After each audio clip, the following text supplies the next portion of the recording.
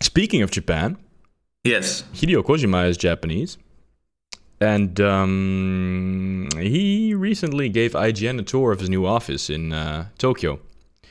And apparently it looks very nice. Something else that happened, and which of course got my attention, because if there's anything that I like to be, it is angry. He gave an interview to VG247, and one quote in particular stood out when he talked about Death Stranding. He said that he will take a different approach to overly sexualized characters. Sounds good, right, so far? Depends on the approach, I guess. Okay, let me get into it a little bit more. What he said is, or what it says here, the legendary game designer noted that he's going to have a different approach for the next game. What I really want to avoid is, like you see in some games, characters with big breasts with no backstory, said Kojima. If I make characters that at first glance might look like this, then they'll have a deep background story to give a specific reason why. Okay. So, yeah, I think we're really making some strides here. Thoughts? Opinions? I didn't mind Quiet that much. I know it was a big uproar about it, but I mean, I didn't mind it as much. But then again, I do think Kojima's talking out of his ass a little bit. Like, my characters are so deep. No, dude, you don't even know. Wait. So deep. You will be ashamed, sir. Yeah. You will be ashamed. Bigots everywhere. Sure, there was a bit of backstory, but in Quiet's case, it was just backstory just to. What do you mean by you didn't really mind that much? Not trying to lure you into a corner or anything, but just wondering. Well, Quiet had some backstory that. The breathing through his skin part, right? Yeah. And apparently that was enough to make us all ashamed of ourselves. Yeah, still really waiting for the sorrow to kick in, but coming me too. any day now. So yeah, that he kind of maybe overshot that one.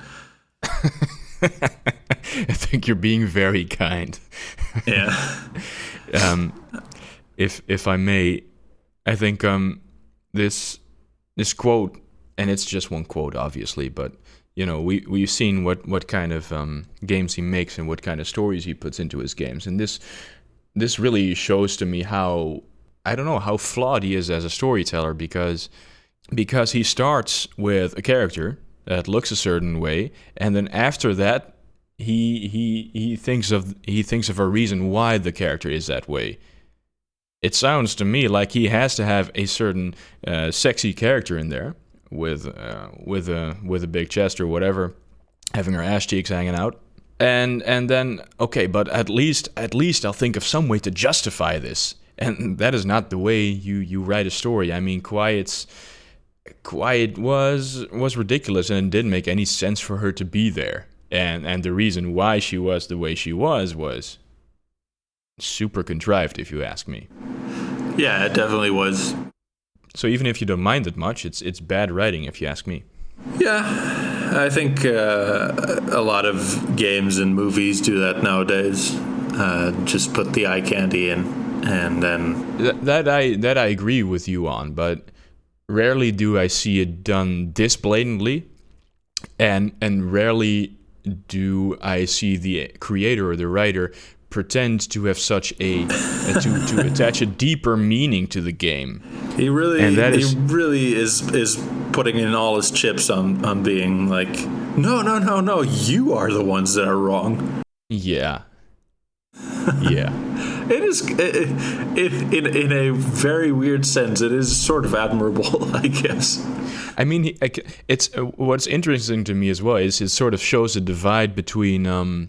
It sort of shows him. It shows that he has heard some of the reaction to Quiet and maybe his past outings, because I know this stuff was maybe not as blatant, but it was in Metal Gear Solid 4 as well, with Naomi having her blouse open for the duration of the game. But it sort of shows that he has heard of that criticism, but he doesn't really understand it coming from his cultural background. So he tries to address it, but not in a way that's actually effective. Do you see what I'm saying? I see what you're saying. I guess we'll have to go by the show's motto: wait and see if he actually puts any scantily clad babies in. Well, the baby sure was scantily clad. And some scantily clad Norman Reedus in bikini. Yeah, we all got off on that one. Oh, I honestly, I would pay money to see more hot babies. Del Toro in a bikini in that game. Well, you might be in luck because Guillermo del Toro he remarked that he is like putty in Kojima's hands. So who knows? Did he actually say that? You get the oil out? Yeah, because it's an actual quote. He is creatively not involved at all. Oh wait, he said a puppet in his hand. So, well, good enough. Okay, so now I have the mental image of Hideo Kojima sliding his hand up Guillermo del Toro's ass and puppeteering him. Yes. That's. I did not expect the day would start like this, but here we are. Yeah, and this is it sort of worries me too, because I really hoped that Guillermo del Toro would tell him, "Hey, Hideo, no, maybe tone it down a little bit. No, maybe your stories are complete shit." Yeah. But yeah, I guess he's still under the impression it's still the honeymoon phase, and he still thinks that this man is actually a genius. Maybe they just think that stuff gets lost in translation, that it all makes sense in Japanese, but Jeebus Christ, I can tell you that it doesn't. Yeah. Well, he might be a puppet in his hands, but maybe it's a puppet that talks to Kojima. Who knows? Well, not in a language he understands. Let's hope it works out. What Del Toro said is, my contribution is limited to being a cheerleader for his ideas and being scanned for long hours at a time. That's about it. So he's going straight into the spank bank. Cheerleader for his ideas, that phrase just makes alarm bells go off everywhere. Yeah, because Del Toro actually makes really good films. Yeah. And I think he could really help Kojima. Yeah. Because if Kojima were to direct a film, I can tell you right now, it would be embarrassing. Yeah. It would be all over the place. It would definitely be cool if Kojima just threw out ideas and then Del Toro took the ones that could work No. We're not gonna do that, Hideo. No. Yeah. You are my good friend and puppet master, but not today. But not like this. Not like this. Not like this. I'll let you give me an oil rub later, but for now, not like this. I also now have the image of Guillermo del Toro in a cheerleader outfit.